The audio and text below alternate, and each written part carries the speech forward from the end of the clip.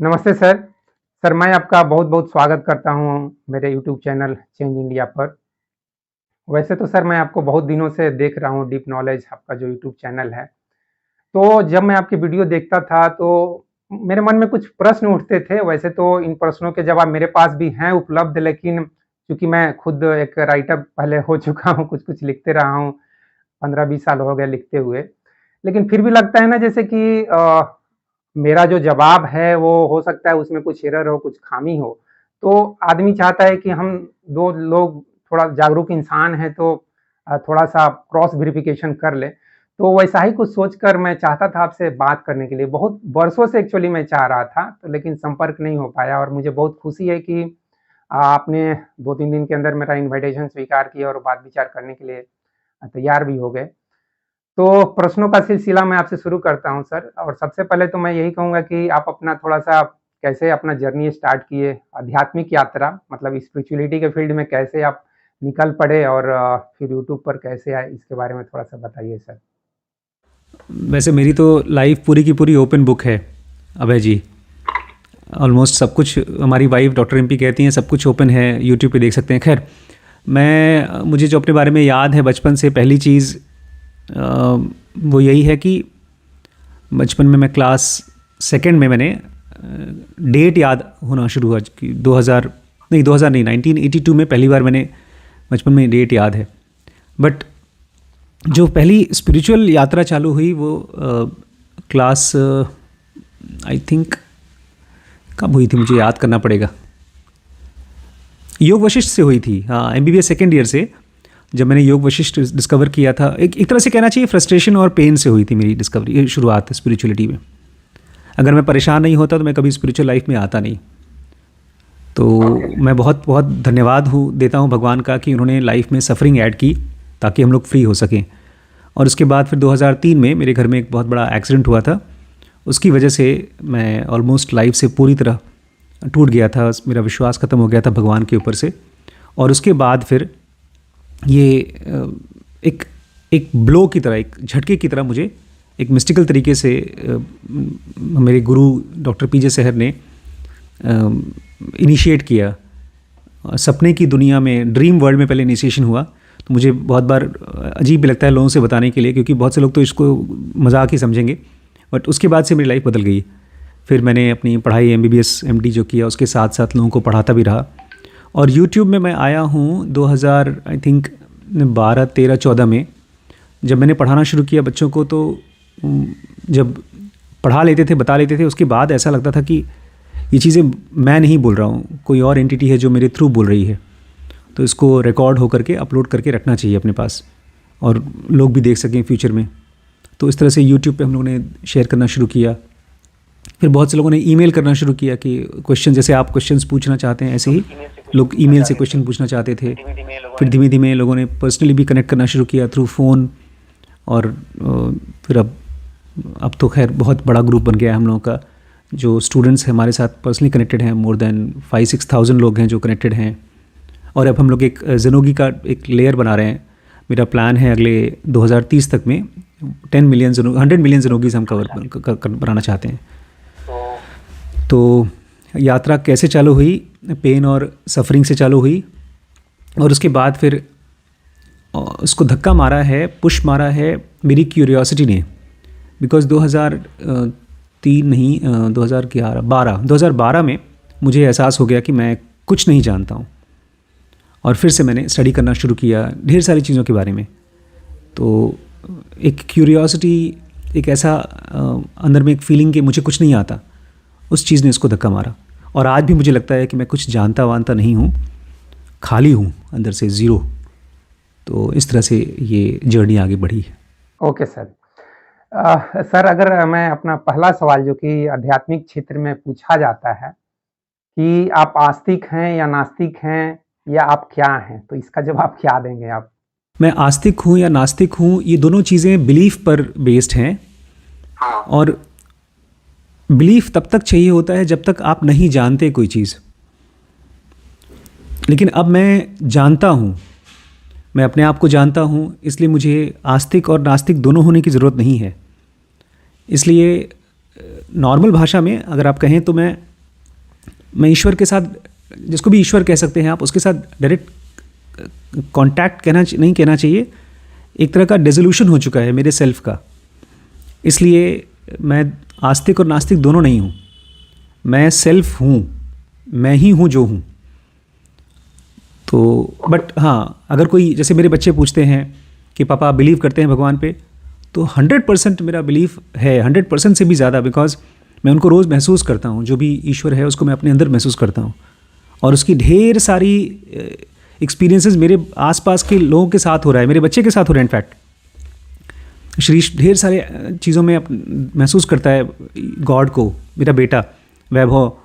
तो जो चेंजेस दिखाई दे रहे हैं ना, वही अपने आप में प्रूफ है कि देयर इज़ गॉड। तो क्वेश्चन ये नहीं है कि मैं आस्तिक हूँ कि नास्तिक हूँ, क्वेश्चन ये है कि क्या दुनिया में ईश्वर हैं कि नहीं। तो हाँ, बिल्कुल हैं, और उनको जाना जा सकता है। तो सर यहाँ प्रश्न उठता है कि जब आपका इतना फर्म बिलीफ है, और इस धरती पे हो सकता है अभी भी बहुत से लोगों को बिलीफ है, कनेक्शन है, चलिए बिलीफ सब कुछ छोड़ देते हैं आप, जैसा कि बोले कि आप कनेक्टेड फील करते हैं। तो ये जो कनेक्शन फील कुछ लोगों को ही क्यों होता है? क्योंकि जो रेशनल वर्ल्ड के लोग हैं, जो साइंस वर्ल्ड के लोग हैं, वो ज़्यादातर ये बोलते हैं कि नहीं यार, ये तो सिर्फ ब्लाइंड बिलीफ है, गॉड जैसी कोई चीज़ है नहीं, गॉड है तो कहाँ है, मुझे दिखाओ। तो ऐसे लोगों को आप क्या प्रूफ दिखाएंगे, कैसे दिखाएंगे? क्योंकि मैं भी किशोरावस्था तक, खासकर जिस तरह से पॉवर्टी और अनएम्प्लॉयमेंट, जिसको आज के टाइम पे बोलिए तो हमारे देश की आधी से ज़्यादा यूथ फेस कर रहे हैं, आधी से ज़्यादा जनसंख्या फेस कर रही है, उस चीज़ को मैंने भी फेस किया है। तो मुझे भी भगवान से एक अजीब सा चिढ़ हो गया था, खासकर जब लोग ऐसी बातें करते थे कि भगवान जिसके भाग में जो कुछ भी लिख देता है उसको कोई मिटा नहीं सकता है। इस तरह की बातें सुन सुन के और भी भगवान के प्रति मेरे अंदर एक नफरत का भाव पैदा हो गया था। बल्कि कई बार मैं भगवान को खुलेआम अपने दोस्तों के सामने गालियां भी दे देता था। तो जैसा कि आप बोलते हैं कि एक कनेक्शन, तो मुझे भी वो कनेक्शन कुछ फील हुआ। बल्कि मैं एक शेयर करना चाहूँगा आपके साथ अपनी एक इंसिडेंस की। मुझे एक बार ऐसे ही किताब जब लिख रहा था, तो उसमें इस तरह के नास्तिकवादी टाइप का कुछ लिख रहा था। तो मुझे अचानक अंदर से एक ऐसा फील हुआ जैसे कि कोई मेरे अंदर से बोल रहा है कि यार तुम मुझसे इतना नफरत क्यों करते हो, जैसे कि लगे कि मतलब भगवान ही मुझसे या अंतरात्मा से कहीं से आवाज आ रही है कि मुझसे इतना नफरत क्यों करते हो, इतना तुमको गुस्सा क्यों है मेरे प्रति।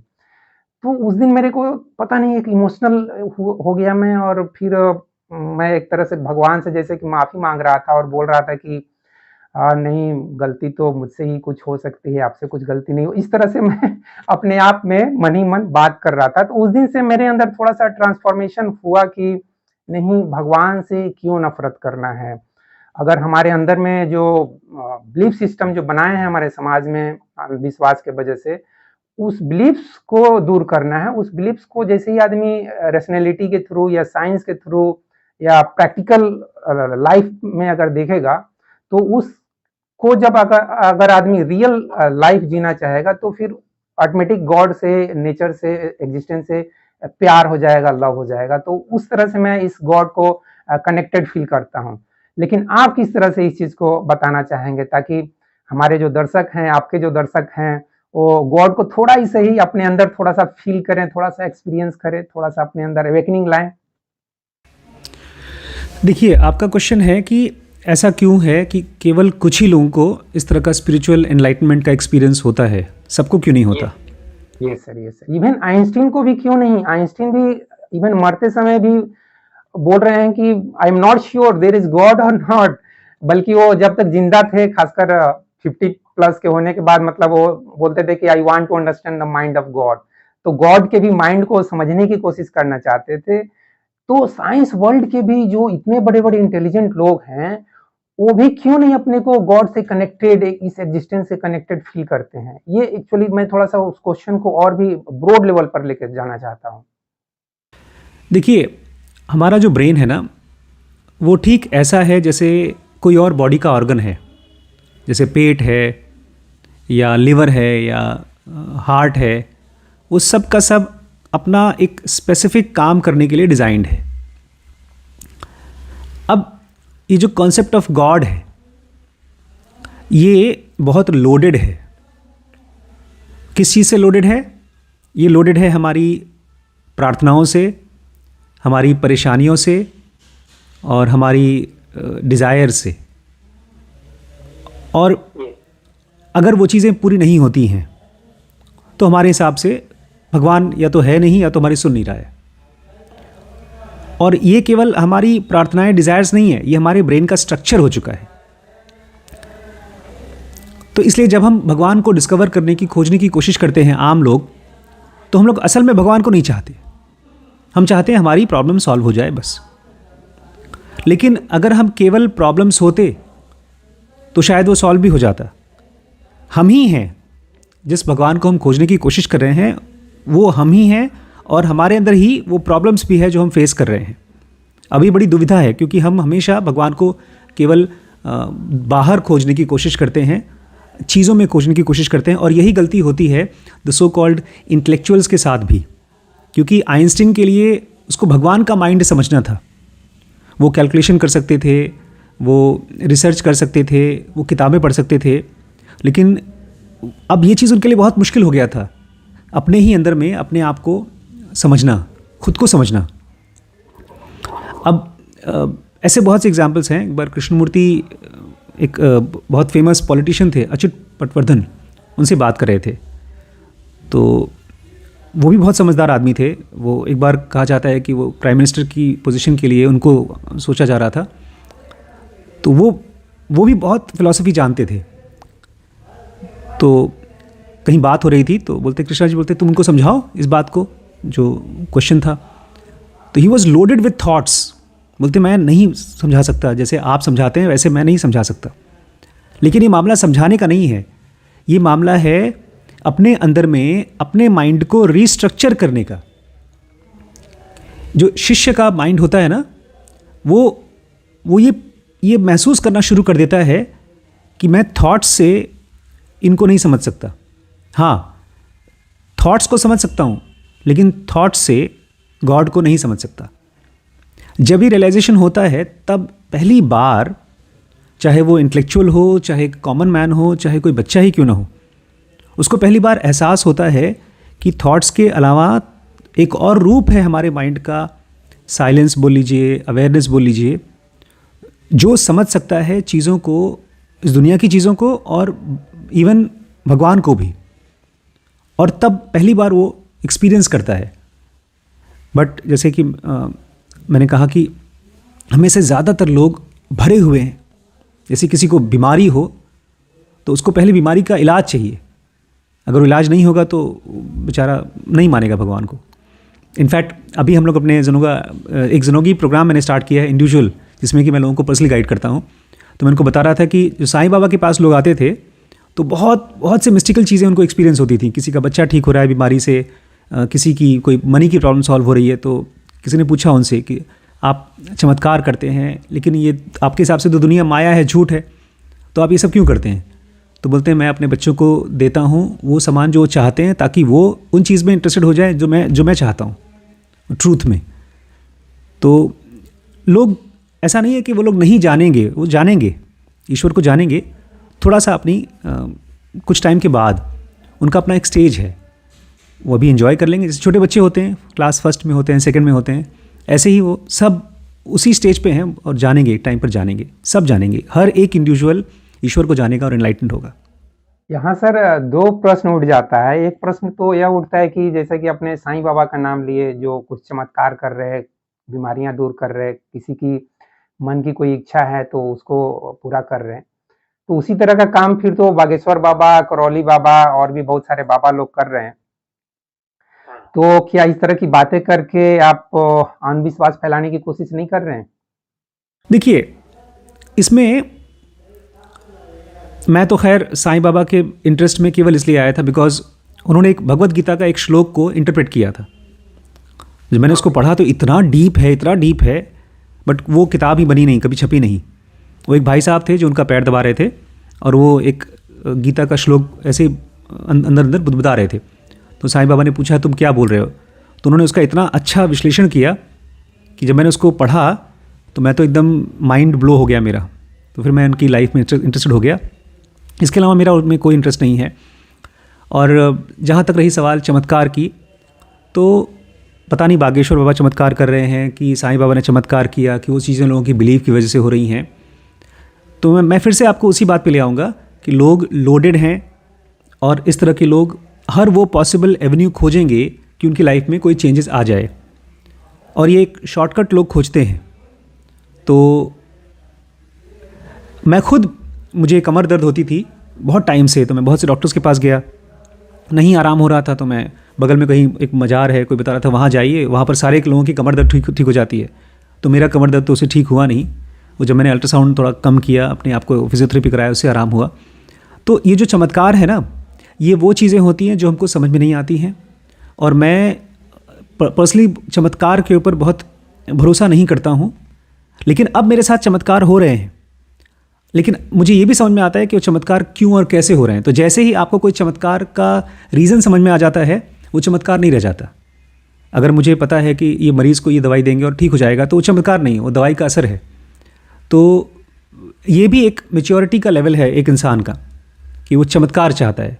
बट मुझे लगता है कि एक इंटेलिजेंट आदमी हमेशा चाहेगा समझना कि कोई चीज़ क्यों होती है, और जब ऐसा होगा तो किसी भी टाइप के आदमी किसी भी बाबा के चक्कर में फंसेगा नहीं। अभी कल ही मेरी किसी से बहस नहीं हो रही थी, इनफैक्ट बातचीत हो रही थी। वो बोल रहे थे कि एस्ट्रोलॉजी को आप क्यों नहीं बिलीव करते हैं। मैंने कहा बिल्कुल मैं बिलीव करता हूँ एस्ट्रोलॉजी को, लेकिन मुझे कुछ नहीं चाहिए उससे। और जैसे ही आप किसी चमत्कार के ऊपर के लिए जाना चाहते हैं, तो फिर आप अपने काम पे ध्यान नहीं दे रहे हैं। ये ऐसे ही जैसे आपका एग्ज़ाम होने वाला है और आप जाकर के अंगूठी खरीदने के चक्कर में पड़े हैं बजाय कि अपनी किताब पढ़ने के। तो मैं किसी भी टाइप का चमत्कार को मैं प्रमोट नहीं कर रहा हूँ। मैं खाली कह रहा हूँ कि आपकी बॉडी में और आपके माइंड में वो सब कुछ है जो आप कहीं और खोज रहे हैं, बट अगर आप उसके लिए काम करना चाहें तो। ठीक है सर, लेकिन अभी देखिए लोगों की जो इच्छा है, जैसे कि कोई गरीब है, अब हमारे देश में कम से कम 50% लोग गरीब और बेरोजगार हैं, अशिक्षित हैं, पढ़े लिखे नहीं हैं। जो पढ़े लिखे हैं उनके साथ भी बहुत सारी समस्याएं हैं। तो लोग क्यों नहीं चाहें कि उनकी समस्याएं दूर हो, चाहे वो गॉड दूर करे या गवर्नमेंट दूर करे या नेता दूर करे। लोग आखिर भगवान की पूजा करें, प्रार्थना करें तो क्यों करें, जब भगवान कुछ चमत्कार नहीं कर सकता है, भगवान जब उनकी इच्छाएं पूरा नहीं कर सकता है, तो भगवान का वैल्यू क्या है। लोगों का ये स्ट्रेट क्वेश्चन है, क्या जवाब देंगे इसका। देखिए, एक आदमी गरीब है, लेकिन आप गरीबी किस चीज़ को बोलते हैं? इसके पास पैसे नहीं हैं, खाने के लिए खाना नहीं है, घर नहीं है, उसी को आप गरीब बोलते हैं जी। लेकिन मेरे हिसाब से गरीब वो इंसान है जिसके अंदर में सामर्थ्य नहीं है, जो मेहनत नहीं करना चाहता। और मेहनत दो टाइप के होते हैं, फिजिकल मेहनत और साइकोलॉजिकल मेहनत। देखिए, हमारे मन में ना, जैसे मैंने कहा, हम लोडेड हैं, अपनी इच्छाओं से लोडेड हैं, ऐसे ही हम एक इल्यूजन से लोडेड हैं, भ्रम से लोडेड हैं। मैं खुद बहुत टाइम तक गरीब था। मैं जब क्लास MBBS मैंने कर लिया, तो मुझे लगता था कि जब मैं पहली नौकरी करूंगा तो मुझे 8 लाख रुपए की नौकरी मिलेगी महीने की। ये एक एजम्पशन था। और मैं बड़ा मंदिर में जाया करता था, हनुमान जी को प्रसाद चढ़ाया करता था जब मैं MBBS कर रहा था उसके आसपास में। और ये कहाँ से एजम्पशन आया मेरा? इसका कोई तुक है, कोई लॉजिक है? कोई लॉजिक नहीं है। तो ये जो ब्रेन है ना, हमारा माइंड, वो ऐसा स्ट्रक्चर्ड हो चुका है कि वो अपने आप चीज़ों को अज्यूम कर लेता है। ऐसे ही एक गरीब आदमी अज्यूम कर लेता है कि उसकी प्रॉब्लम की सोल्यूशन गवर्नमेंट करे या भगवान करे या उसके माता पिता करें। उसके पीछे कोई लॉजिक नहीं है। और अगर एक आदमी आंख खोल के देखेगा तो गवर्नमेंट हेल्प कर रही है, माँ बाप आपको हेल्प कर रहे हैं, और ईश्वर भी आपको हेल्प कर रहा है, और उस हेल्प को आप रिसीव करने के लिए रेडी नहीं है। ईश्वर, भगवान कृष्ण खुद कहते हैं कि अर्जुन, जो आदमी कर्म करता है उसको मैं हेल्प करता हूँ। अगर तुम भाग जाओगे यहाँ से तो तुम कर्म नहीं कर रहे हो, भाग रहे हो। तो ज़्यादातर लोग जो गरीब हैं वो अपनी हैबिट्स की वजह से गरीब हैं, वो अपने आलस की वजह से गरीब हैं। और मैं इसका जीता जागता खुद एग्जाम्पल हूँ। मैं कई साल तक एक ऐसी ज़िंदगी जी रहा था जिसमें कि मैं बस कंप्लेन करता था कि मेरे पास इनफ पैसे नहीं है कि मैं अपने बिल भर सकूं। हर महीने अपने माता पिता से पैसे लेता था मैं। लेकिन जब पहली बार मुझे एहसास हुआ कि मैं कब काम करूंगा, तब जाके मेरी ज़िंदगी की चीज़ें बदली। तो जैसे ही आप थोड़ा सा स्टेप लेंगे तो भगवान आपको बहुत ज़्यादा हेल्प करता है। एक ऐसा मशीन समझिए जिसमें कि आप अगर एक हाथ चलाएंगे, जो भी लाइफ या फोर्स है वो 10 हाथ चलाएगी, लेकिन अगर आप नहीं चलाते हैं तो वो मशीन बंद हो जाती है। इट ऑल डिपेंड्स अपॉन आप कितना काम करना चाहते हैं।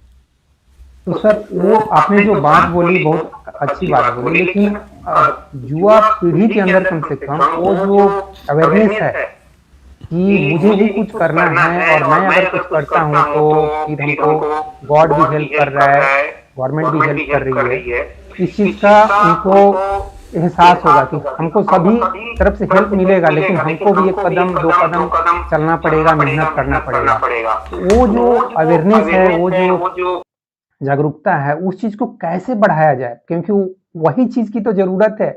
मैं भी समझता हूँ, मैं भी आपके बात के साथ एग्री हूँ, लेकिन उस चीज को कैसे बढ़ाया जाए? इसमें दो चीज़ें हैं अभय जी।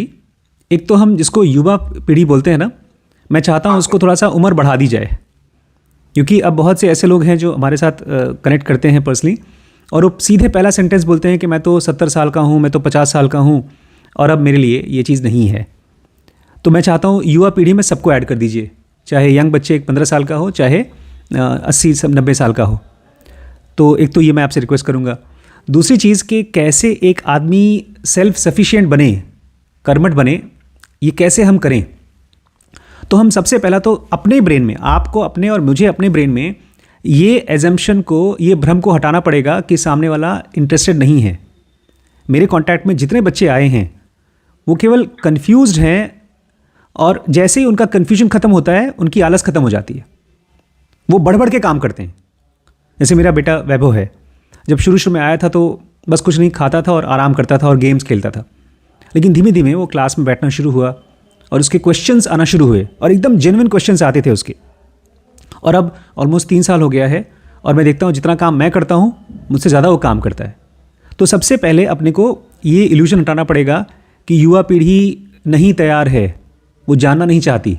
हाँ, वो कंफ्यूज्ड है, बट हमको उसको सुन करके वो खास जो उसका पेन पॉइंट है, उसका जो सबसे क्रिटिकल इशू है, उसको ध्यान से सुनना होगा और उसको कोशिश करना है कि सुलझा सकें, उस कन्फ्यूजन को डिसॉल्व कर सकें। जैसे ही कन्फ्यूजन हटता है तो ऐसा समझिए जैसे कि एक पाइप में से कोई ब्लॉक हट गया और फिर पानी की तरह उसकी एक्टिविटी बहती है राइट डायरेक्शन में। तो उसको कन्फ्यूजन को पकड़िए, उसको सुनिए ध्यान से, उसको ऑब्जर्व करिए, जो भी आपके कांटेक्ट में आ रहा है। अच्छा सर, ये आत्मा के बारे में भी लोगों को बहुत से डाउट होते हैं कि आत्मा है क्या चीज़? सबसे पहले तो ये सवाल आता है कि आत्मा या सोल है क्या चीज़? और आत्मा अगर होती है तो इस चीज़ को कैसे प्रूव करेंगे? बिकॉज़ साइंस भी अभी तक इस बारे में इवन उसका एस भी नहीं पता किया है कि what is S of soul. तो कैसे खासकर यूथ को इस डायरेक्शन में, स्पिरिचुअलिटी के फील्ड में जाने का मतलब उसकी शुरुआत आत्मा से होती है। तो किसी को भी आध्यात्मिक डायरेक्शन में अगर लेके जाना चाहेंगे, मैं लेके जाना चाहता हूँ, आप लेके जाना चाहते हैं, आचार्य प्रशांत लेके जाना चाहते हैं, उसके पहले रजनीश और कृष्णमूर्ति जी ने कोशिश किया, और हजारों साल पहले गौतम बुद्ध और महावीर जी ने कोशिश किया, और इस बीच में सैकड़ों लोगों ने कोशिश किया। तो लोगों को कैसे विश्वास नहीं बल्कि विवेक दिया जाए, वो विजडम दिया जाए, जो कि देना काफी इम्पॉसिबल है। जब गौतम बुद्ध भी एक तरह से देखा जाए तो इस मामले में एक तरह से देखा जाए तो फेलियर है। तो क्या किया जाए, या आप क्या कर रहे हैं जिससे कि यूथ में वो जागरूकता है? सबसे पहले तो मैं आपसे ये कहूँगा कि गौतम बुद्ध फेल नहीं, सुपर सक्सेसफुल थे, क्योंकि उनकी वजह से बहुत से लोगों को ये रियलाइजेशन हुआ कि एनलाइटनमेंट क्या है, क्लैरिटी आई। क्योंकि जब तक आप एक बंदे की जो भी खोज रही है उसको आप नहीं एज अ बेस लेके चलेंगे तो आप बहुत बड़ा हिस्सा छोड़ रहे हैं। इवन साइंटिफिक वर्ल्ड में ऐसे ही होता है। आज हमारे पास ढेर सारी नई नई टेक्नोलॉजी हमने खोजी है, तो उसमें ऐसे ही काम होता है। आप पिछले जनरेशन के जो साइंटिस्ट्स हैं उनकी हेल्प लेते हैं, तब जा कर के आगे आप नई नई चीज़ें खोज पाते हैं। तो गौतम बुद्ध हैं या जो स्पिरिचुअल टीचर्स हैं पास्ट के, उन सब की जो खोज है, डिस्कवरी है, वो फेल नहीं है। हाँ, हमारे लिए मुश्किल है उसको डिकोड करना, क्योंकि अब भाषा बदल गई है और जनरेशन बदल गया, टाइम बदल गया है, बट कुछ ऐसी चीज़ें हैं कोर टीचिंग्स जो कभी नहीं बदली। अच्छा, आपका क्वेश्चन ये है आत्मा कैसे पता चले कि आत्मा है कि नहीं या क्या है। हाँ हाँ। तो सबसे पहली चीज़ हम लोग को एक साइंटिस्ट की तरह काम करना पड़ेगा। जो भी हमारे माइंड के अंदर में चलने वाले डेफिनेशंस हैं आत्मा के, वो उसको काटना पड़ेगा। अब परसों एक बच्चे ने मुझे फ़ोन किया और उसने पूछा, सर ये बताइए कि अगर सब कुछ भगवान कर रहा है तो दुनिया में दुख तकलीफ क्यों है। तो ये एक एजम्पशन है, एक हमारे ब्रेन में चलने वाला एक नकली गलत विचार है कि सब कुछ भगवान कर रहा है। मैंने उसको पूछा कि भगवान रेप भी कर रहा है, कि भगवान खून भी कर रहा है, तो चुप हो गया। तो ये जो हमारा एजम्पशन है ना, अगर हम भगवान के बारे में सारे एजम्पशंस को एक एक करके पकड़ के ऐसे हटाएं जैसे हम अपने घर में से कचरा हटाते हैं, तो फिर आत्मा को या भगवान को जानना बहुत आसान है। आत्मा का जो रूप है ना, वो एक नॉन एंटिटी की तरह है। जो भी चीज़ हम जानते हैं अपने ब्रेन में, वो सब एंटिटीज़ हैं। जो चीज़ें हमको परसीव हो सकती हैं, दिख सकती हैं, सुनाई दे सकती हैं, महसूस हो सकती हैं। लेकिन आत्मा का रूप इन पंच महाभूतों में स्पेस की तरह है। इसलिए उसको जानने के लिए अपने मन के शोर को पहचानना होगा और उसको काटना नहीं है, लेकिन उसको देखना होगा कि ये बहुत यूज़फुल नहीं है। जैसे मान लीजिए आपके पास कोई स्क्रू लगा हुआ है किसी जगह पर, किसी दीवार में, और वो स्क्रू को स्क्रू ड्राइवर से खोलना है, तो उसी टाइप का स्क्रू ड्राइवर चाहिए उस स्क्रू को खोलने के लिए। ऐसे ही ईश्वर को जानने के लिए आपके मन के अंदर के चलने वाले विचारों को पहचानना होगा और उसको डिसॉल्व होना पड़ेगा। अभी उल्टा होता है, अभी हम जो भी चीज़ें सोचते हैं आत्मा के बारे में, उसी को ज़बरदस्ती अप्लाई करने की कोशिश करते हैं दुनिया में कि मेरे हिसाब से भगवान ये है, अब मुझे प्रूव करके दिखाओ भगवान है कि नहीं। तो उससे भगवान को कोई फ़र्क नहीं पड़ने वाला। आप लाख चाह लीजिए, कुछ भी चाह लीजिए, उससे भगवान को कोई फ़र्क नहीं पड़ने वाला। बिकॉज भगवान इस फिजिकल वर्ल्ड से फ्री है। ये हम और आप यहाँ पर बंधे हुए हैं। बल्कि मुझे तो कहना है कि आप अगर भगवान को किसी तरीके से सोचना ही चाहते हैं तो ये सोचिए कि फ्रीडम फ्रॉम सफरिंग, ये एनलाइटनमेंट का भी जो एक आइडिया है ना, उसको हटा करके जब आप ये देखेंगे कि मैं सफ़र कर रहा हूँ, मैं किस चीज़ से सफ़र कर रहा हूँ, उसकी वजह क्या है और मैं कैसे इससे फ्री हो सकता हूँ, अगर आप इस जर्नी पे चलते हैं, इस रास्ते पे चलते हैं, तो आप भगवान को बहुत जल्दी समझ लेंगे। बजाय ये कि मेरी लाइफ में क्या क्या चीज़ें ऐड हो जाएं, मेरे पास इतने पैसे हैं तो और पैसे ऐड हो जाएं, मेरे पास ये गाड़ी नहीं है तो और गाड़ी ऐड हो जाए। ऐड करने के बजाय you should focus on subtracting. अगर ऐसा करते हैं तो बहुत आसानी से आप ईश्वर को समझ सकते हैं, महसूस कर सकते हैं। तो सर यहाँ सवाल यह पैदा होता है कि आप भगवान किसको बोलना चाह रहे हैं, और यहाँ अपने एक जैसे कि अपने बच्चों को समझाते हैं कि अगर कोई रेपिस्ट है, रेप कर रहा है, मर्डर कर रहा है, तो क्या तुम ये कहोगे कि भगवान वो करा रहा है? तो कौन करा रहा है? क्योंकि अध्यात्म तो यही कहता है, इवन श्री कृष्ण की गीता भी आप देखेंगे तो वहाँ उन्होंने ये बोला है कि जो कुछ भी होता है इस ब्रह्मांड में सब कुछ मैं करता हूँ, मतलब भगवान करते हैं। तो रियली मतलब कैसे ये लोगों का एक वहम है कि क्या है, मतलब लोग कैसे कैसे इस चीज को आप भ्रम को दूर करेंगे? देखिए, जो गीता बोली गई थी वो अर्जुन से बोली गई थी, और कृष्ण ने ये सेंटेंसेस दुर्योधन को नहीं बोला कि दुर्योधन करो जो तुम्हें करना है, सब कुछ करो, मैं ही कर रहा हूँ। तो जिसको हम कहते हैं ना कि भगवान सब कुछ कर रहा है, वो एक विधि है सरेंडर की, अपने अंदर में ईगो को डिसॉल्व होने की। जब भी हम कुछ करते हैं तो हमारे अंदर में, चाहे हम वो पॉजिटिव करें चाहे नेगेटिव करें, एक कर्ता भाव डेवलप होता है। उस कर्ता भाव को डिसॉल्व होने के लिए एक विधि है। अगर आप अपने बच्चे को झापड़ मार रहे हैं तो ये भगवान नहीं मार रहा है। आपके अंदर में एक क्रोध की भावना आई और आपको लगता है कि उसको मार करके वो शायद सुधर जाए। कभी हम ये क्वेश्चन भी नहीं पूछते कि क्या वो सचमुच में होगा। तो अगर कहीं कोई मर्डर हो रहा है तो वो इंसान कर रहा है, उसकी वासना कर रही है, उसका कन्फ्यूजन करवा रहा है। तो ये तो निहायत बेवकूफ़ी वाली चीज़ है कि कहीं पर कोई बुरी बात हो रही है और वो भगवान करा रहा है। अगर ऐसा होता तो दुनिया में कोई किसी का इलाज नहीं करता। हम बोलते ठीक है भगवान ने उसको बोला ये बीमारी हो जाए तो मर जाए, भगवान चाहते हैं। ये सब चीज़ें विधि हैं। पूरी भगवत गीता एक विधि है अपने आप को जानने के लिए, ईश्वर को जानने के लिए। It is not a fact, ये साइंटिफिक फैक्ट की तरह नहीं है कि तुम मान लो और बस चलो। दीज आर मैथमेटिकल फार्मूलाज जिसको कि आप अपने माइंड में अप्लाई करेंगे तब जाकर के हायर स्टेट्स ऑफ कॉन्शियसनेस में पहुंचेंगे। तो सर भगवान को आप डिस्क्राइब कैसे करेंगे? भगवान क्या है? What is God? अगर स्ट्रेट क्वेश्चन कोई पूछे तो इसका आंसर आप क्या देना चाहेंगे? Bhagwan is a state of ourselves, हमारा खुद का स्टेट है जिसको हम तब एक्सपीरियंस करते हैं जब अपनी सारी सफरिंग से फ्री हो जाते हैं। वो किसी भी तरह की बाउंडेशन से बंधा हुआ नहीं है। वो डिज़ायर से फ्री है, सफरिंग से फ्री है, एज टाइम से फ्री है। एक स्ट्रीम है जिसमें हम लोग जी रहे हैं, बर्थ और डेथ का एक स्ट्रीम है। उस स्ट्रीम से पूरी तरह से फ्री जो चीज़ होती है, जो कॉन्शियसनेस होती है, उसको ही हम ईश्वर या भगवान कह सकते हैं। It is a state of freedom, complete freedom. ठीक है सर, लेकिन ये सब कुछ ऐसा नहीं लगता है जैसे कि सब कुछ थ्योरेटिकल बातें हो रही है, प्रैक्टिकल इसमें क्या है? क्योंकि प्रैक्टिकल ग्राउंड पे ऐसा लग रहा है जैसे कि 95% लोगों के लिए इन बातों का कोई मतलब नहीं है।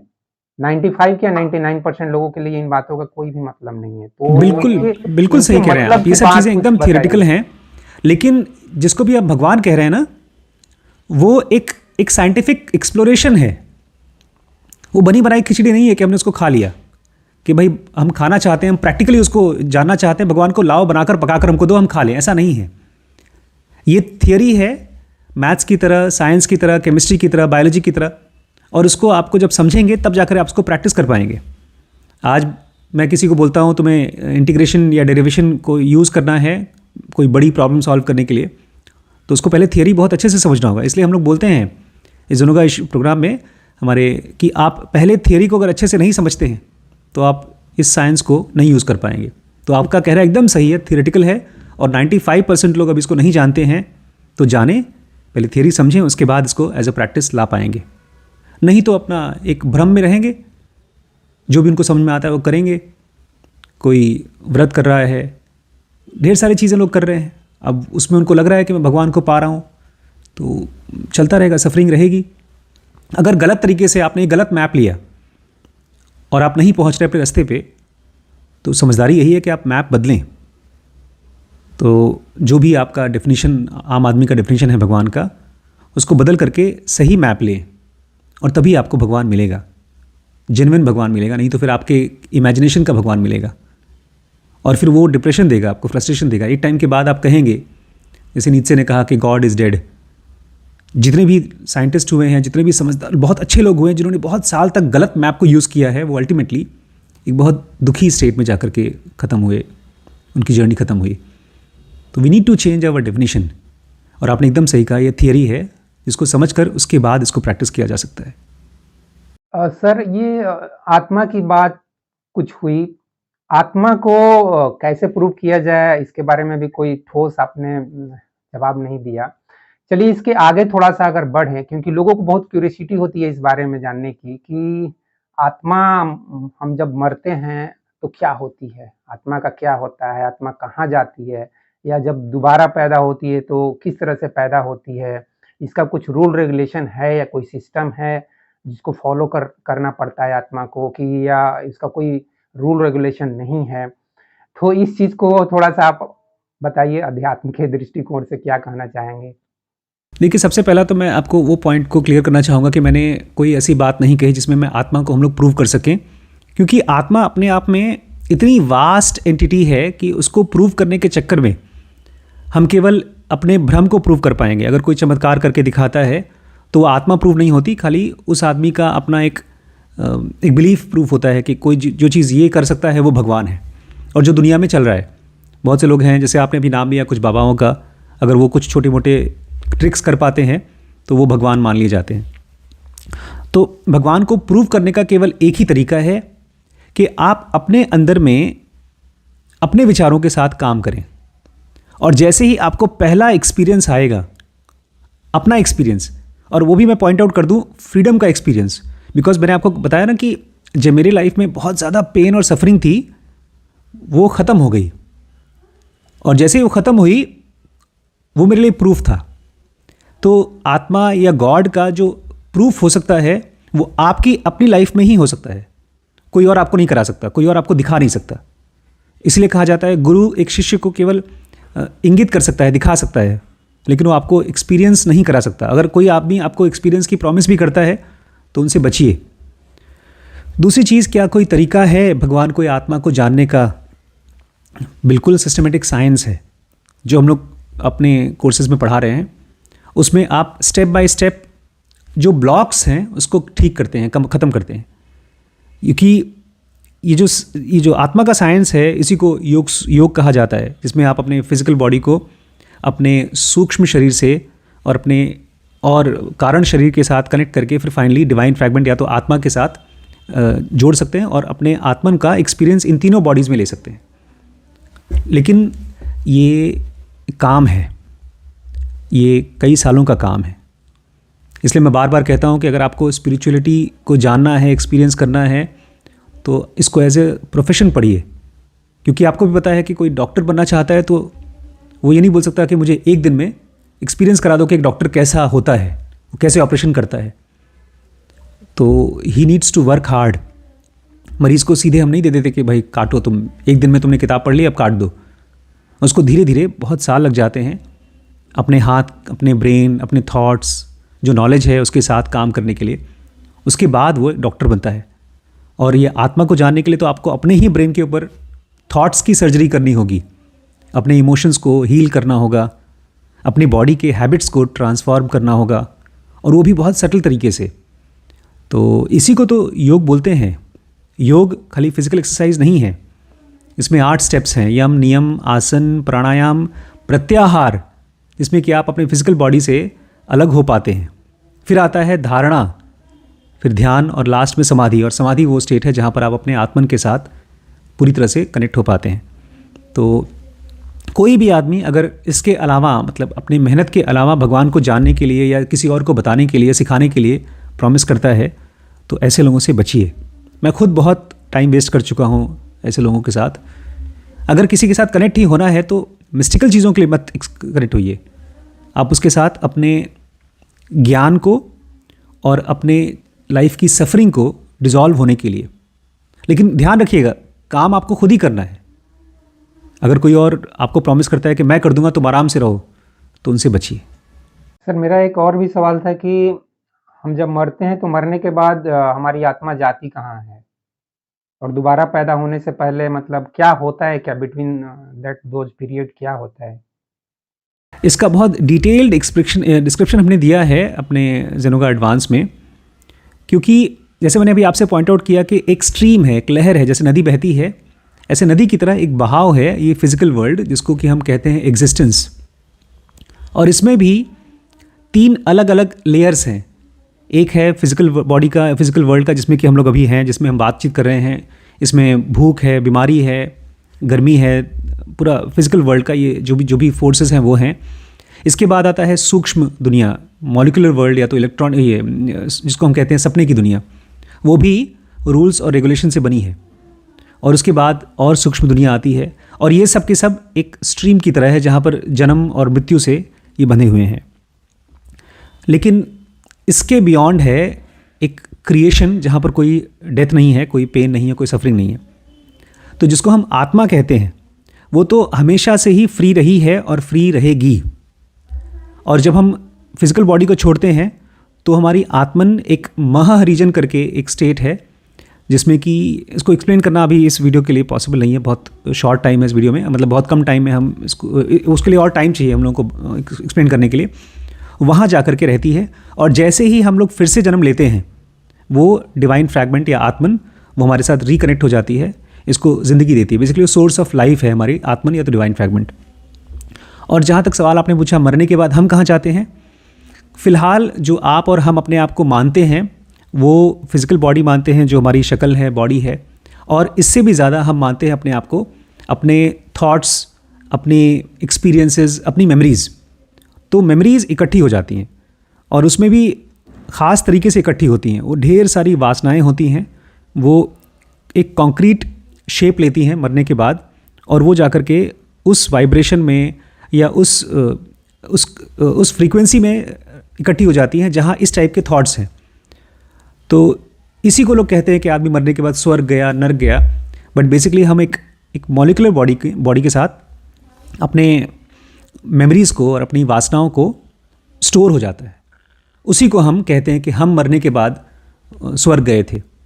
और फिर जब कुछ टाइम के बाद, एक साइकिल है, उसका मैथमेटिकल रूल है, वो आदमी वही मेमोरीज़ और वो वासनाएं फिर से जन्म लेती हैं। और ये गेम चलता रहता है जब तक कि हम इन वासनाओं को और मेमोरीज़ को पूरी तरह से डिसॉल्व नहीं करते। तो मरने के बाद हमारी डिवाइन फ्रैगमेंट, मतलब हमारी आत्मन को कुछ नहीं होता, इवन जिंदा रहते समय कुछ नहीं होता। वो इन सब से अछूती है, अनटच्ड है। तो ये बॉडी, तो फिज़िकल बॉडी जल जाती है, अगर हम गाड़ देते हैं ख़त्म हो जाती है, और हमारी मेमोरीज़ और वासनाएं बार बार रिस्ट्रक्चर होती हैं और बार बार वही जन्म लेती हैं। तो ये है एक नटशेल में मैंने आपको बताया। सर, आपकी बातें सुनकर मुझे थोड़ा सा आचार्य प्रशांत का जो एक स्टेटमेंट होता है पुनर्जन्म के बारे में, कि मरने के बाद हमारी वृत्ति पैदा होती है दोबारा। वृत्ति से उनका तात्पर्य आई थिंक टेंडेंसी या क्रेविंग्स या लस्ट, हमारे अंदर जो भोग विलास, पैसा और पावर के प्रति जो लस्ट होता है, जो इच्छाएं होती है, डिजायर्स होते हैं, वही इच्छाएं सिर्फ पैदा होती हैं, वही वृत्तियां पैदा होती हैं। हमारी आत्मा का पुनर्जन्म नहीं होता है। तो ये थोड़ा सा एक कंफ्यूजन करने वाली बात है कि हमारी टेंडेंसी अलग है और हमारी आत्मा अलग है। अगर दोनों अलग है तो हमारी आत्मा फिर से नहीं पैदा हो रही है, हमारी सिर्फ वृत्ति पैदा हो रही है, हमारी सिर्फ भोग विलास करने की इच्छाएं पैदा हो रही है। ये कुछ अधूरा सा नहीं लग रहा है? हाँ, मैं इसमें ऐड करना चाहूँगा, क्योंकि प्रशांत भाई इसको बहुत ही क्लियरली कहते हैं कि हमारा पुनर्जन्म नहीं होता, हमारी वृत्तियों का जन्म होता है। लेकिन एक चीज़ जो मुझे लगता है कि बहुत और स्ट्रेस करना चाहिए, वो ये कि हम कौन हैं इस पूरे प्रोसेस में। किसी आदमी का चाहे 1 जन्म हो या 1 लाख जन्म हो, वो खुद है, वो उसकी एंटिटी है। जब बुद्ध एनलाइटन हुए तो उन्होंने बताया कि मेरा इस जन्म में मैं ये था, उस जन्म में मैं ये था। कृष्णमूर्ति के भी कई जन्म का एक्सप्लेनेशन है कि वो लास्ट जन्म में एक बार बुद्धिस्ट मॉन्क थे, एक बार ब्राह्मण थे। और बहुत से जगहों पर बहुत से लोग इस बात को कहते हैं, जैसे कृष्ण खुद गीता में कहते हैं मैं इसके पहले मेरे कई जन्म हो चुके हैं। तो वो जिस चीज़ को पॉइंट आउट कर रहे हैं कृष्ण, वो वृत्तियाँ नहीं हैं, वो एक ऐसी एंटिटी को अपना सेल्फ मानते हैं जो कभी नहीं मरती, जिसको हम आत्मन कहते हैं।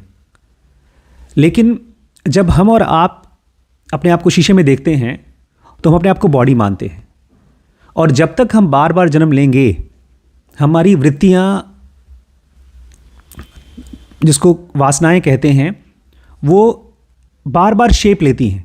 लेकिन ये वृत्तियाँ इतनी कमज़ोर हैं कि अपने आप में ये शेप ले नहीं सकती हैं, जन्म नहीं ले सकती।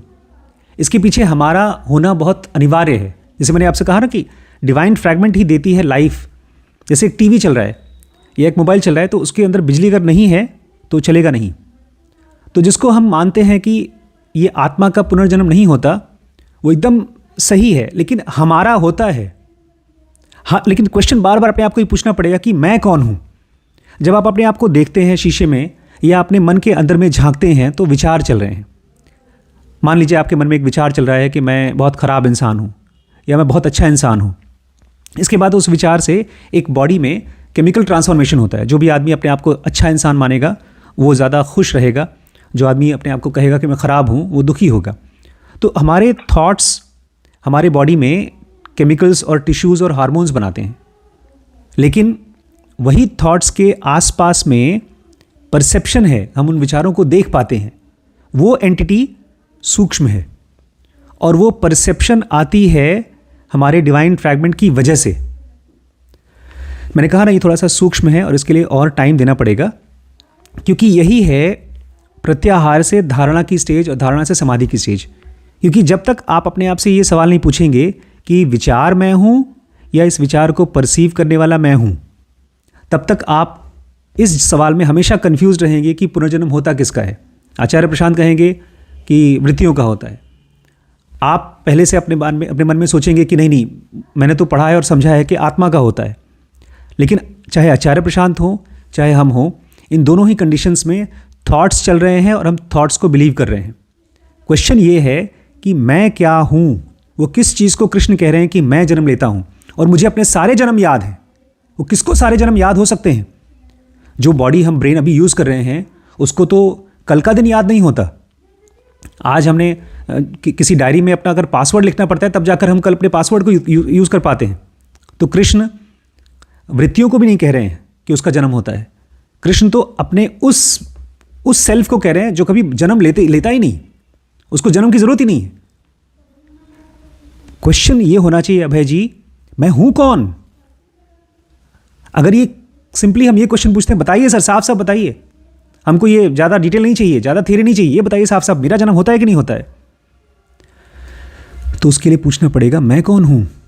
एक बच्चा है, मान लीजिए छोटा सा बच्चा है, उसको भाई खेलना पसंद है, उसको पढ़ना पसंद नहीं है। लेकिन अगर वो वही बच्चा रह जाता है तो वो मैच्योर नहीं होगा। ये जो सवाल है कि जन्म किसका होता है, ये एक स्पिरिचुअल क्वेश्चन है अपने आप को जानने के लिए। मैंने कहा ना, गीता पूरी की पूरी या जो स्पिरिचुअल थियरी है वो खुद के अंदर में कूदने वाली थियरी है। तो जन्म किसका होता है, इससे ज़्यादा इंपॉर्टेंट क्वेश्चन होगा कि हम कौन हैं। और जन्म किसका होता है, जब ये क्वेश्चन आप डूब जाएंगे ना तो आप देखेंगे कि आपने ढेर सारे जन्म जिए हैं। असल में आपका हुआ नहीं कोई जन्म, आपने उसको केवल एक्सपीरियंस किया। लेकिन जब तक हम सांस ले रहे हैं, जब तक हम अपने आत्मन को अनुभव नहीं करते हैं, तब तक हम यही भाषा यूज़ करेंगे कि मैंने जन्म लिया या कितने जन्म होते हैं, इसी जन्म में मुझे एनलाइटेंड होना है, मुझे अगला जन्म नहीं चाहिए। ये सब भाषा की कमियां हैं और हमारा फिज़िकल एग्जिस्टेंस का जो फिक्स्ड एक्सपीरियंस है उसकी वजह से हम ऐसे बात करते हैं। अदरवाइज़ हम एक आत्मन है जिसमें ढेर सारे जन्मों का अनुभव चल रहा है। लेकिन सर, इस चीज़ को हम इस तरीके से भी तो देख सकते हैं कि आत्मा को एक मिस्ट्री ना बना के कि आत्मा का पुनर्जन्म होता है कि नहीं होता है। इसको इस तरीके से भी तो देख सकते हैं कि आत्मा एक एनर्जी एंटाइटी है और जैसे बिग बैंग से हम बोलते हैं कि इस ब्रह्मांड की शुरुआत हुई, इस एग्जिस्टेंस की शुरुआत हुई, तो उसी तरह से जब बिग बैंग से इस एग्जिस्टेंस की शुरुआत हुई या उससे पहले से मान लीजिए ये एग्जिस्टेंस है अनादि अनंत काल से, जैसा कि हमारे ऋषि मुनि और वेद पुराण जो बताते हैं, तो मैं भी मान लेता हूँ कि ये अनंत समय से है। तो जब भी हो एक पॉइंट ऑफ सोर्स कुछ तो होगा ही, जहाँ से एक स्टार्टिंग पॉइंट होता है, जैसा कि हम फिजिक्स में मान लेते हैं कि ये स्टार्टिंग पॉइंट है इस प्रोसेस का। तो जब भी एक पॉइंट से स्टार्ट हुआ है, एक पॉइंट सोर्स से स्टार्ट हुआ है हमारी जर्नी, और हर एक व्यक्ति की एक पॉइंट सोर्स से स्टार्ट हो जाता है जर्नी। कोई हो सकता है एक सोर्स हो, एक स्टार्टिंग पॉइंट पे एक बहुत बड़ा सोर्स हो और उसी पॉइंट से सभी का जर्नी स्टार्ट होता हो, और हर एक व्यक्ति अपनी जर्नी अपने तरीके से, अपनी इच्छाओं के हिसाब से, अपनी वृत्तियों के हिसाब से, नॉट ओनली वृत्ति क्यों केवल कहना, इस मामले में मैं आचार्य प्रशांत का बिल्कुल अगेंस्ट में चला जाता हूँ कि सिर्फ वृत्ति क्यों बोलना है। सिर्फ हमारे अंदर लस्ट थोड़ी जो है, हमारे अंदर कुछ इंटेलिजेंस है, हमारे अंदर कुछ टैलेंट है। एक सिंगर के अंदर सिंगिंग करने का टैलेंट है, एक एक्टर के अंदर एक्टिंग करने का टैलेंट है, एक डॉक्टर के अंदर डॉक्टरी करने का टैलेंट है, सर्जरी करने का टैलेंट है, एक इंजीनियर के अंदर घर बनाने, पुल बनाने का टैलेंट है। तो उस टैलेंट को कहाँ हम छोड़ के आ रहे हैं? उस टैलेंट के साथ हम पैदा हो रहे हैं, तब तो कल जाके कोई बच्चा IIT कर रहा है, डॉक्टरी कर रहा है। तो इस बारे में इस चीज को थोड़ा क्लियर कीजिए कि मैं जो जिस तरीके से आत्मा के बारे में समझ रहा हूँ वो गलत है या सही है। देखिए, जब हम अजम्पशन से शुरू करेंगे, जैसे साइंटिस्ट कहते हैं कि दुनिया बिग बैंग थियरी से शुरू हुई, मैं इसको थोड़ा सिंप्लीफाई करना चाहता हूँ। एक शुरुआत को पकड़ते हैं। एक नदी में एक बूंद है पानी का, तो वो पानी के बूंद की शुरुआत कहाँ से हुई? आपके हिसाब से एक पानी के बूंद की शुरुआत कहाँ से हुई? और पीछे जाना पड़ेगा सर। अर्थ का जब फॉर्मेशन हुआ उस समय से शुरू करना पड़ेगा कि उस समय हाइड्रोजन और ऑक्सीजन रिएक्शन हुए, उससे पानी बना और वही पानी है। मैं अभी बहुत सिंप्लीफाई कर रहा हूँ। एक नदी में पानी की बूंद है और नदी जाकर समंदर से मिल जाती है, तो उस पानी की बूंद की शुरुआत कहाँ से हुई? जैसा कि मैंने बताया, अर्थ के फॉर्मेशन से हमको जर्नी स्टार्ट करना पड़ेगा कि उस समय जो हाइड्रोजन और ऑक्सीजन होंगे वो रिएक्शन किए होंगे, पानी बना होगा, H2O बना होगा, और वहीं से उससे फिर नेक्स्ट क्वेश्चन ये आता है कि भाई हाइड्रोजन और ऑक्सीजन कहाँ से पैदा हुआ? ऑफ कोर्स, और उसके पीछे जाना पड़ेगा। फिर हम वही कोई स्टार्टिंग पॉइंट मान लेंगे कि बिग बैंग के जैसा कोई स्टार्टिंग पॉइंट होगा। मैं चाहता हूँ ना आज हम लोग इस वीडियो के जरिए एक नई चीज़ लेके जाएं कि ये फिजिकल वर्ल्ड का कोई स्टार्टिंग पॉइंट नहीं है। हाँ, बिग बैंग हुआ और दुनिया शुरू हुई, लेकिन इस टाइप के बहुत से बिग बैंग हुए। जब तक ये चीज़ क्लियर नहीं होगी कि ये दुनिया भी देखा जाए तो उसी डिवाइन फ्रैगमेंट का एक पार्ट है। जैसे डिवाइन फ्रैगमेंट का कोई आदि और अंत नहीं है, ऐसे ही इस दुनिया का भी कोई आदि और अंत नहीं है। लेकिन ये दुनिया का नेचर ऐसा है कि यहाँ पर सफरिंग है। इसको ऐसे देखिए जैसे कोई आदमी नौकरी करने जाता है, तो नौकरी में उसको बेचारे को दिन भर काम करना पड़ता है और उसके बदले में उसको पैसा मिलता है। बट कुछ टाइम के बाद वो चाहता है कि मैं आराम करूं, और वो बेचारा रिटायर होना चाहता है। लेकिन फैक्ट्री चलती रहती हैं, कंपनी चलती रहती हैं, काम चलता रहता है। ऐसे ये जो दुनिया है ना, ये 5 फोर्सेस की एक आर्टिफिशियल दुनिया है, जहाँ पर चीज़ें रूप लेती हैं, फिर डिज़ोल्व होती हैं, फिर रूप लेती हैं, फिर डिज़ोल्व होती हैं। बट ये पेनफुल एग्जिस्टेंस है। तो और जो आत्मन का स्टेट है वो एक पीसफुल स्टेट है, वो इंडिपेंडेंट स्टेट है, इन 5 फोर्सेस से इंडिपेंडेंट। तो आपका जो क्वेश्चन है ना कि हम ऐसा क्यों नहीं मान लेते कि हमारे पास भाई टैलेंट भी हैं, और खाली वृत्तियों को ही हम क्यों मानते हैं, लस्ट को क्यों मानते हैं? उसमें हमारा जो टैलेंट है वो भी एक तरह की वृत्ति है, लेकिन वो बहुत सूक्ष्म, बहुत ही, उसको मैं बोलूँगा नोबल वृत्ति है। एक आदमी अगर किसी का ऑपरेशन कर पाता है तो वो भी एक तरह का वृत्ति ही है, लेकिन वो नोबल वृत्ति है। मैं इसको डिवाइड करता हूँ 2 पार्ट में, एक नोबल और क्रूड।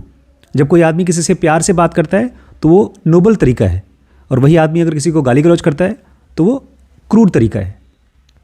और जहाँ तक बात रही बार बार जन्म लेने की, हमारी वृत्तियों का, जो चीज़ें क्रूड होती हैं वो डिज़ोल्व नहीं होती आसानी से, वो मेमोरी बहुत स्ट्रांगली बनाती हैं। जैसे किसी आदमी ने आपके साथ 100 बार अच्छे से बात किया होगा तो आप उसको याद रखेंगे, बट वो शायद शब्द भूल जाएं। लेकिन कोई आदमी एक गंदी सी गाली दे दे या आपको मार दे तो उसका मेमोरी आपके ब्रेन में बहुत स्ट्रांग रहेगा। तो ये डिज़ाइंड है, ये दुनिया का ऐसा डिज़ाइन हुआ है कि पेनफुल चीज़ें आपके ब्रेन में, मेमोरी में बहुत टाइम तक आपको परसीव होती रहेंगी। तो ये चीज़ें डेफिनेशन की चीज़ हैं अभय जी। इसमें ऐसा नहीं है कि जो आचार्य प्रशांत बताना चाहते हैं वो परम सत्य है, उसको और गहरे से हम एक्सप्लोर कर सकते हैं अपने लाइफ में। मैं फिर से पॉइंट आउट यही करूँगा कि हम लोग किसी भी गुरु, चाहे मैं, चाहे आचार्य प्रशांत, चाहे ओशो, या किसी भी गुरु की बातों को फेस वैल्यू पे ना लें। उसको हम अपने ब्रेन में स्टडी करके अपनी लाइफ में डालकर उसके बाद उसको जिएं और तब समझें, और फिर वो हमारा सच होगा और हमारी अपनी डेफिनेशन होगी। सर, ये आचार्य प्रशांत तो बहुत सारी चीज़ें, जैसे खासकर यूथ से बहुत सारी नेगेटिव्स बातें बताते हैं, जैसे कि शादी विवाह को भी लेकर, चाहे सेक्स को लेकर, चाहे और भी नौकरी को लेकर। इवन कोई नौकरी भी करना चाहता है तो नौकरी में 10 खामियां निकाल देते हैं। तो मैं उनसे प्रश्न पूछना चाहता हूं कि भाई, जो यूथ है, चाहे कोई भी एक व्यक्ति है जो इस संसार में जी रहा है, वो जिए तो जिए कैसे? क्योंकि जीना तो इसी तरह से। इवन आपने भी एक चीज़ मुझे थोड़ा अजीब लगा कि आपने बताया कि कोई एक आदमी ऑफिस में जा रहा है, चाहे कोई फैक्ट्री में काम करने जा रहा है, तो वो बेचारा, आपने बेचारा शब्द उसके लिए यूज़ किया। उस पे मुझे थोड़ी-सी नाराज़गी फ़ील हुआ, मतलब थोड़ा-सा अजीब लगा कि क्यों हम आखिर पैदा हो किस लिए रहे हैं भाई? हम पैदा हो रहे हैं यहाँ कुछ काम-धाम करेंगे, कुछ। इवन कृष्ण कर्म पर इतना ज़्यादा फ़ोर्स किए हैं, बोले हैं कि हमारा अधिकार तो भैया कर्म पर है, फल पर है ही नहीं, फल के बारे में ज्यादा सोचो मत। तो हम क्यों लोगों को कर्म करने से मना कर रहे हैं, और जो एक नॉर्मल लिविंग है हमारे आम आदमी का, उस उसको क्यों मना कर रहे हैं कि ये मत करो, वो मत करो? क्या आप भी आचार्य प्रशांत से इस मामले में सहमत हैं? मैं इसको थोड़ा सा एक एग्जाम्पल से आंसर देना चाहूँगा। एक आदमी की बॉडी में ढेर सारे ऑर्गन्स हैं, हार्ट है, टिश्यू है, ब्रेन है, सब कुछ है। अब वो आदमी हो गया बीमार, तो उसकी बॉडी में जो इम्यूनिटी के सेल्स हैं, जो बीमारी से लड़ने वाले जो सेल्स होते हैं, वो एक्टिवेट हो गए और वो काम कर रहे हैं। तो क्या आप चाहते हैं कि वो अपना कर्म करते रहें करते रहें करते रहें, कभी आराम न करें?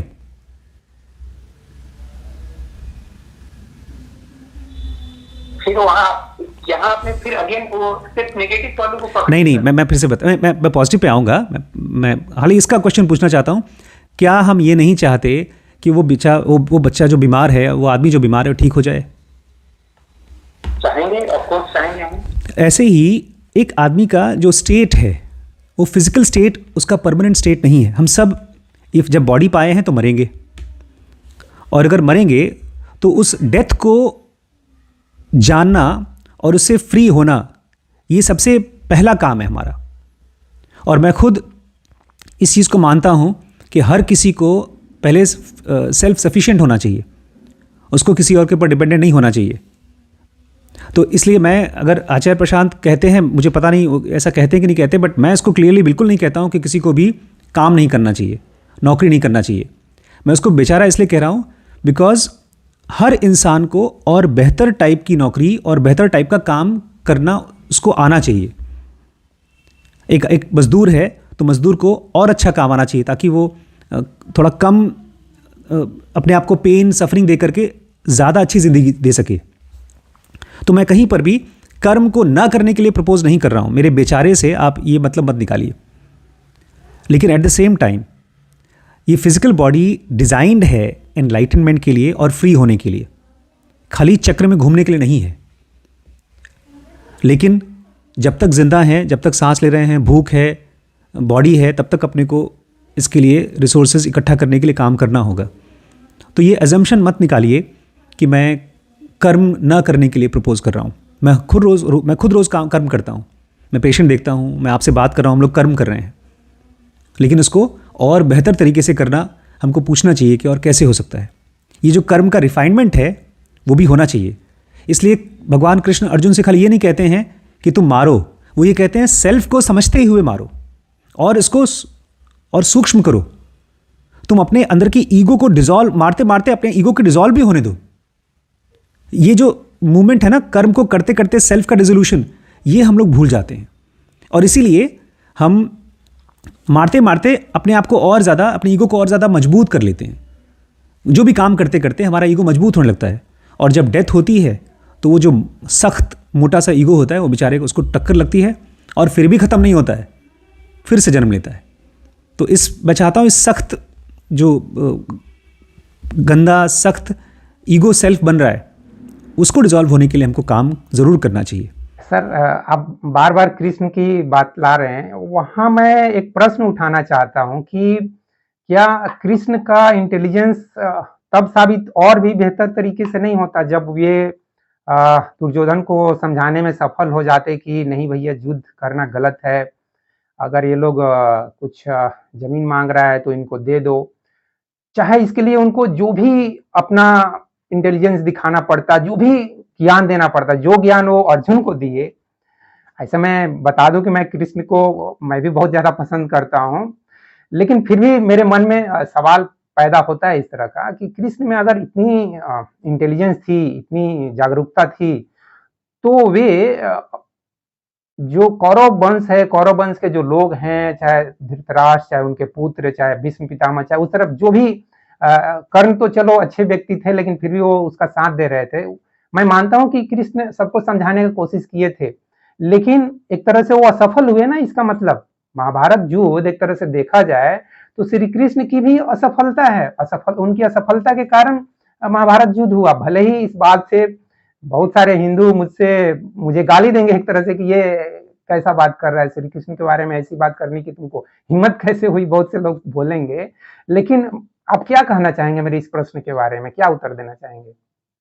देखिए, पता है मेरे लिए कृष्ण की केवल एक ही वजह से वैल्यू है, और वो ये कि उनकी वजह से मुझे अपने माइंड को समझने में और अपने सफरिंग को ख़त्म होने में हेल्प मिल रही है। ये मेरे लिए कृष्ण की वैल्यू है। अब कृष्ण चाहते तो लड़ाई को पोस्टपोन करा सकते थे, ये मुझे पता नहीं है, ये मेरी एजम्पशन है। ये ठीक ऐसा ही है जैसे कि हम कहें कि मेरी प्लास्टिक की कुर्सी टूट गई है, तो वो कंपनी चाहती तो उस कुर्सी को अच्छा बनाती तो टूटता नहीं। ये जो फिजिकल वर्ल्ड है ना, ये ऐसे फोर्सेस का बना है जो एक दूसरे को काटती हैं। आग और पानी ऑपोजिट फोर्सेस हैं, हवा और स्पेस ये ऑपोजिट फोर्सेस हैं, और यहाँ पर हम कितनी भी कोशिश कर लें, कॉन्फ्लिक्ट्स को इस वर्ल्ड में नहीं ख़त्म किया जा सकता। और कृष्ण जैसा इंसान यहाँ पर किसी खास काम के लिए आता है, और वो है बैलेंसिंग का काम। जब कभी कहीं पर अधर्म जैसा चीज़ होता है तो उसको बैलेंस करने के लिए आते हैं। और वो मेरे हिसाब से अधर्म क्या है? वो आपका और हमारा अंदर का कॉन्फ्लिक्ट है। वो बाहर की लड़ाई केवल एक एग्जाम्पल है हमारे अंदर की कॉन्फ्लिक्ट से। तो अगर आप पूछते हैं कृष्ण फेल हुए, तो मेरे हिसाब से कृष्ण बिल्कुल फेल नहीं हुए, क्योंकि उन्होंने इतनी बड़ी लड़ाई में हम लोगों को गीता दी, और वो गीता आज तक सबको लाइट दे रही है, ज्ञान दे रही है।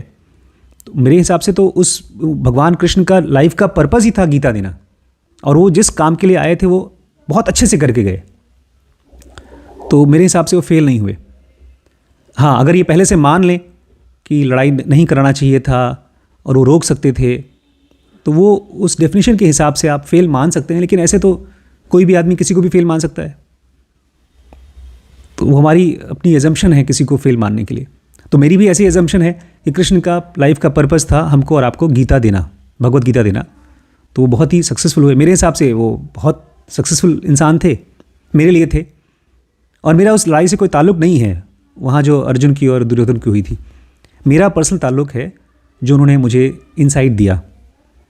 सर, ये आप अपने लिए ऐसा बोल सकते हैं कि गीता के थ्रू आपको इंसाइट मिला, लेकिन लाखों लोगों की हत्या हो गई, लाखों लोगों का मर्डर हो गया, और उस चीज़ को श्री कृष्ण बचा नहीं पाए। जैसे कि अगर हम इसी चीज़ को और गौतम बुद्ध से कनेक्ट करें कि गौतम बुद्ध के सामने अगर जो राजा अशोक हैं, वो अगर जा रहे लड़ाई करने और लाखों लोगों को मारने के लिए जा रहे हैं, और गौतम बुद्ध अशोक को समझाने में विफल हो जाते हैं। जैसे कि अंगुलीमाल की एक घटना है कि अंगुलीमाल डाकू को वो सफल हो गए एक अच्छा इंसान बनाने में। तो मैं उस तरीके से इसको कंपेयर कर रहा हूँ कि आज के भी टाइम पे आप ले लीजिए, मान लीजिए रसिया और यूक्रेन के बीच में युद्ध हो रहा है, और विश्व के जितने भी नेता हैं, वो अगर दोनों को समझा नहीं पा रहे हैं, चाहे हमास और ये जो इनके बीच में युद्ध हो रहा है, अगर विश्व के नेता अगर नहीं समझा पा रहे हैं, तो क्या ये विश्व के जितने भी नेता हैं, उनकी ये असफलता नहीं है कि आज के टाइम पे भी वो नहीं रोक पा रहे हैं? मैं उस तरीके से कनेक्ट कर रहा हूँ। बाकी हाँ, बाकी मैं कृष्ण को मैं भी पसंद करता हूँ। मैं आपकी बात समझ रहा हूँ, मैं आपकी बात समझ पा रहा हूँ। लेकिन पता है, जब किसी को जब समझाना होता है ना, तो उसमें समझाने वाले से ज़्यादा इंपॉर्टेंट रोल होता है समझने वाले का। इवन महाभारत में भगवान कृष्ण अर्जुन को इसलिए समझा पाए क्योंकि वो समझना चाहता था, वो सवाल पूछ रहा था। और वहीं पर दुर्योधन बिल्कुल नहीं समझना चाहता था। अगर भगवान कृष्ण के पास दोनों आए होते, दुर्योधन भी और अर्जुन भी, कि मुझे बताइए, मुझे हेल्प करिए कि कैसे हम लोगों की दुविधा खत्म हो, तो ये युद्ध नहीं होता। समझाने वाले से ज़्यादा बड़ा रोल होता है समझने वाले का। आज भी जो दुनिया के युद्ध हो रहे हैं, लोग बहुत से लोग कोशिश कर रहे हैं, लेकिन जो लोग नहीं समझना चाहते हैं, और वो भी पता है, इसमें एक और लेयर आगे जाइए कि जो आदमी है, जो दुर्योधन है, या यहाँ पर जो लोग बड़े बड़े नेता हैं जो लड़ाई कर रहे हैं, जो युद्ध कर रहे हैं, वो हैं कौन? वो हैं 3 गुण, रजस, तमस और सत्व। और तीनों गुण एकदम कॉम्प्लेक्स्ड फॉर्म में हैं, उलझे हुए हैं। और उन्हीं के साथ उन्हीं की बातें मानने वाले लाखों लोग हैं जो उनकी बातें सुन करके लड़ाई कर रहे हैं। लेकिन उसी में से कोई अशोक है, या कोई बुद्ध है, या कोई अभय है, या कोई आशीष है, वो फ्री होना चाहता है। तो जो फ्री होना चाहता है वो फ्री होता है। और जहाँ तक रहा लाखों लोगों का मरने का सवाल युद्ध में, तो उससे भी कहीं ज़्यादा लोग बच जाते हैं जब युद्ध नहीं होता है। तो उनकी मौत होती है बुढ़ापे से, उससे भी कहीं ज़्यादा लोग मरते हैं हार्ट अटैक से। अभी हम एक नई सीरीज़ लेकर आ रहे हैं जिसमें कि 4 मेजर किलर्स हैं, जुग जुग जियो सीरीज़ है। उसमें हार्ट अटैक, कैंसर और ब्रेन की न्यूरो डिजेनरेटिव डिजीज़ और डायबिटीज़ वो कहीं ज़्यादा लोगों को मार रही है। तो हमको लगता है ना कि जब कोई इंसान को मारता है तो वो तो किलर है, लेकिन जब इस बॉडी को कोई बीमारी मारती है तो वो तो भाई नेचुरल है। ये दुनिया बहुत बहुत पेनफुल है अभय जी। और इस दुनिया को ना जब तक हम इससे फ्री नहीं होना चाहेंगे, जब तक हम खुद इस वॉर से फ्री नहीं होना चाहेंगे इंडिविजुअली, व्यक्तिगत रूप से, तब तक फ्री नहीं हो सकते। यहाँ पर लड़ाइयाँ चलती रहेंगी जब तक ये फिज़िकल वर्ल्ड है। रूप बदलेंगे लेकिन लड़ाइयाँ चलती रहेंगी जब तक हमारे अंदर में पूरी तरह से तीनों गुण का बैलेंस नहीं आ जाता और हम फ्री नहीं हो जाते। लेकिन फिर भी कोशिश करते रहना चाहिए हम लोग को पीस स्टैब्लिश करने की। और पहले से कम लड़ाइयाँ हो भी रही हैं, पहले जितनी होती थी उससे कम हो रही हैं। हेल्थ इंप्रूव हो रहा है, बट फ्रीडम तो व्यक्तिगत रूप से आएगा। और समझाने वाले से ज़्यादा बड़ा रोल होता है समझने वाले का। सर, समझाने वाले का ज़्यादा रोल होता है। आपने जैसा आपने कहा कि जिसको समझाया जा रहा है उसका ज़्यादा रोल है, लेकिन नहीं, ऐसा कैसे? मतलब जब श्री कृष्ण या गौतम बुद्ध ज़्यादा समझदार काउंट होते हैं, उनकी गिनती समझदार लोगों में होती है, प्रभावशाली लोगों में होती है, तो उनका एक कर्तव्य बनता है कि उनके सामने अगर कुछ युद्ध हो रहा है जिसको रोकने में सक्षम हैं, तो उनको पूरा प्रयास करना चाहिए कि उस युद्ध को रोका जाए, पहली बात। और दूसरी बात ये कि जैसे कि राम, कृष्ण, गौतम बुद्ध, महावीर या इस तरह के जो लोग हैं, उनको भगवान का अवतार समझा जाता है। तो ये भगवान और भगवान का अवतार, ये क्या रिलेशन है इसमें? इस चीज़ को थोड़ा-सा बताइए। पहला सवाल आपका ये है कि एक समझदार आदमी को और एक पावरफुल आदमी को युद्ध रोकना, कोशिश करना चाहिए कि युद्ध रुके, ये उसकी जिम्मेदारी है। और मान लीजिए कहीं पर युद्ध होना चाहिए और वो नहीं करवा रहा है। मान लीजिए कहीं पर ऐसा है कि कोई आदमी है जो गलत है और वो शोषण कर रहा है किसी का, और बेचारा जो शोषित हो रहा है वो आराम से झेल रहा है क्योंकि वो उसको लग रहा है कि नहीं हो सकता कुछ। तो क्या समझदार आदमी का काम ये नहीं है कि उसको मोटिवेट करे कि तुम उठो, जगो? मैं आपकी बात से सहमत हूँ। तो इसका मतलब ये हुआ कि देखिए, हिंसा किसी भी तरीके से उसको जायज़ नहीं ठहराया जा सकता है। और मैं अगर कल्पना करूँ तो अगर उस जगह पे नहीं, मैं देखिए, आप यहाँ पर जो हिंसा होती है ना, पता है आपकी और मेरी बातचीत में डिफरेंस कहाँ आ रहा है? आप चीज़ों को जब ब्रेन से बाहर निकलती हैं तब डिसाइड करते हैं कि वो गलत है, सही है। मैं उसको मन के अंदर में पकड़ना चाहता हूँ। मेरे हिसाब से मेन हिंसा निकलती है बाहर नहीं, मन के अंदर। जब मेरे इमोशंस मेरी इंटेलिजेंस के से लड़ाई करते हैं, ऐसा इंसान वायलेंट होता है बाहर। जब मैं अपने थॉट्स को खुद ही नहीं समझ पाता हूँ, मेरे इमोशंस मुझे ही परेशान करते हैं, तो मैं एक करप्ट आदमी बनता हूँ, एक हिंसक आदमी बनता हूँ। आप बोलते हैं कि जब आदमी किसी को मारता है तब वो हिंसक आदमी होता है। मैं कहता हूँ जब वो आदमी परेशान है तब वो हिंसक है। और हिंसा केवल तब ख़त्म कर सकते हैं जब अपने मन के अंदर में आप इमोशंस को, थॉट्स को और हैबिट्स को एक कर सकें। ये डिफरेंस आ रहा है।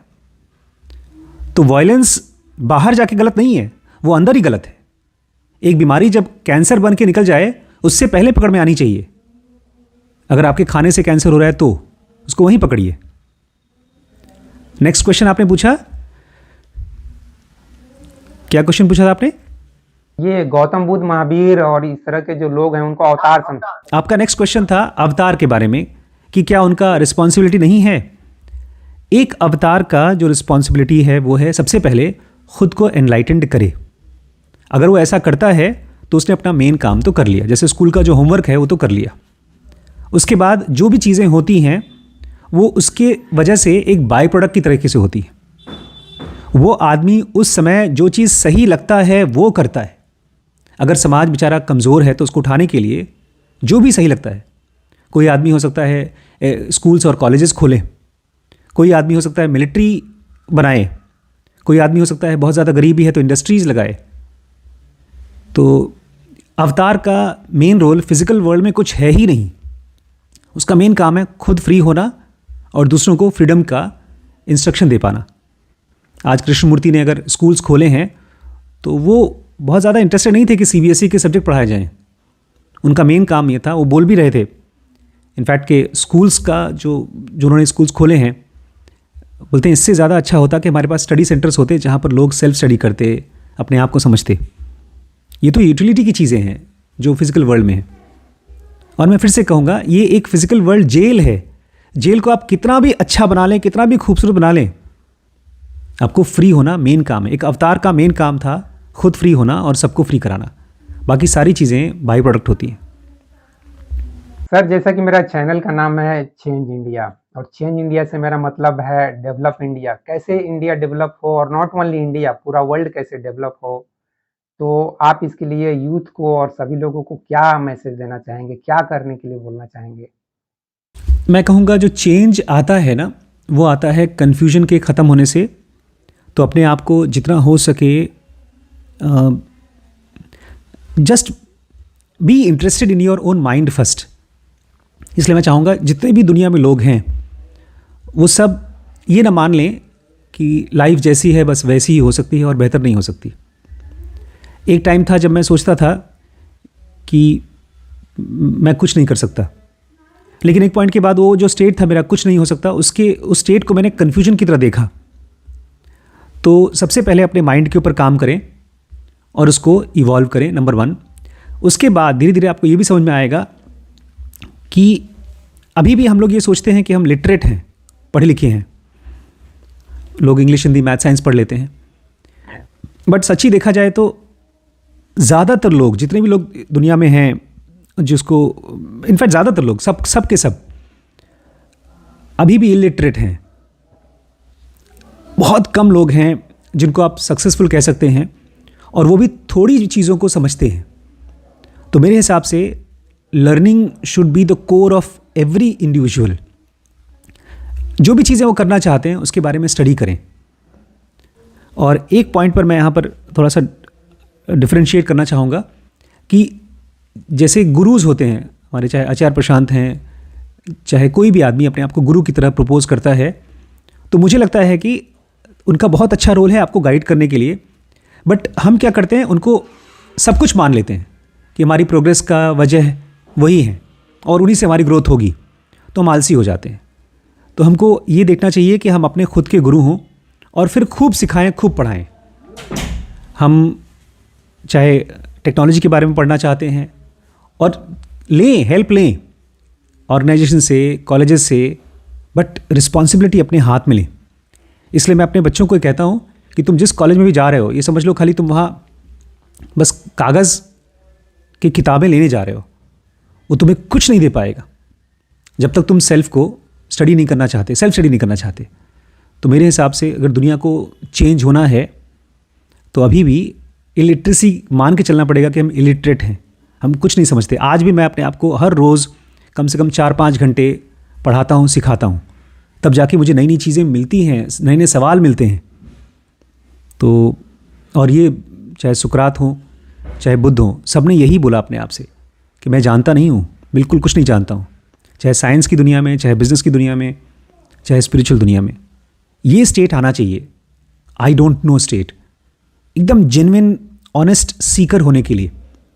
हमारे एजम्पशंस को पकड़ पकड़ के ख़त्म करना चाहिए। ढेर सारा एजम्पशन बनाता है हमारा ब्रेन और फिर वो ब्लंडर्स करता है। तो उसमें आपकी हेल्प करेगी आपका self learning, becoming your own गुरु। इसलिए बुद्ध जब गए थे दुनिया से तो लास्ट स्टेटमेंट था अपदीपो भव, खुद के गुरु बनो। तो ये है मेरा message for to change the world. उस स्टेटमेंट से मेरा भी बहुत अच्छा कनेक्शन है। एक्चुअली उस स्टेटमेंट को जो मैं पहली बार पढ़ा था, तो मैं 1-2 मिनट के लिए मतलब भौचक्का रह गया कि अरे गौतम बुद्ध ने मरते समय मतलब अपना पूरा लाइफ का जो एक सिंगल स्टेटमेंट दिया था कि खुद अपना दीपक बनो, बी योर ओन लाइट। तो सचमुच वो स्टेटमेंट एक बहुत बड़ा स्टेटमेंट है और हर एक यूथ को उस पर विचार करना चाहिए कि गौतम बुद्ध जैसा शख्स अंत में क्या बोलकर जाता है। तो वो स्टेटमेंट ही, एक छोटा-सा स्टेटमेंट हर एक यूथ में एक फायर क्रिएट कर सकता है कि नहीं, मुझे भी अपना दीपक खुद बनना है, अपना लाइट खुद बनना है। तो आपसे बात करके बहुत अच्छा लगा सर, फिर दोबारा मिलेंगे इस चैनल पर, आपसे बात होगी। तो नमस्ते सर। आप आइएगा, लखीमपुर आइएगा। ज़रूर सर, आऊँगा दिल्ली, तो मैं उधर ज़रूर आता हूँ सर मैं। और जितने भी सब्सक्राइबर्स ये वीडियो देख रहे हैं, हमारे अभय जी का चैनल सब्सक्राइब करिए, और अगर आप लोग हमारे चैनल पे भी पहली बार आए तो सब्सक्राइब करिएगा। और आप सभी को इनविटेशन है लखीमपुर में आने के लिए। हम लोग यहाँ पर जेनो विलेज स्टूडियो आपके लिए बनाए हैं, और बहुत जल्दी हमारा आश्रम भी रेडी होगा, तो वहाँ भी आइएगा।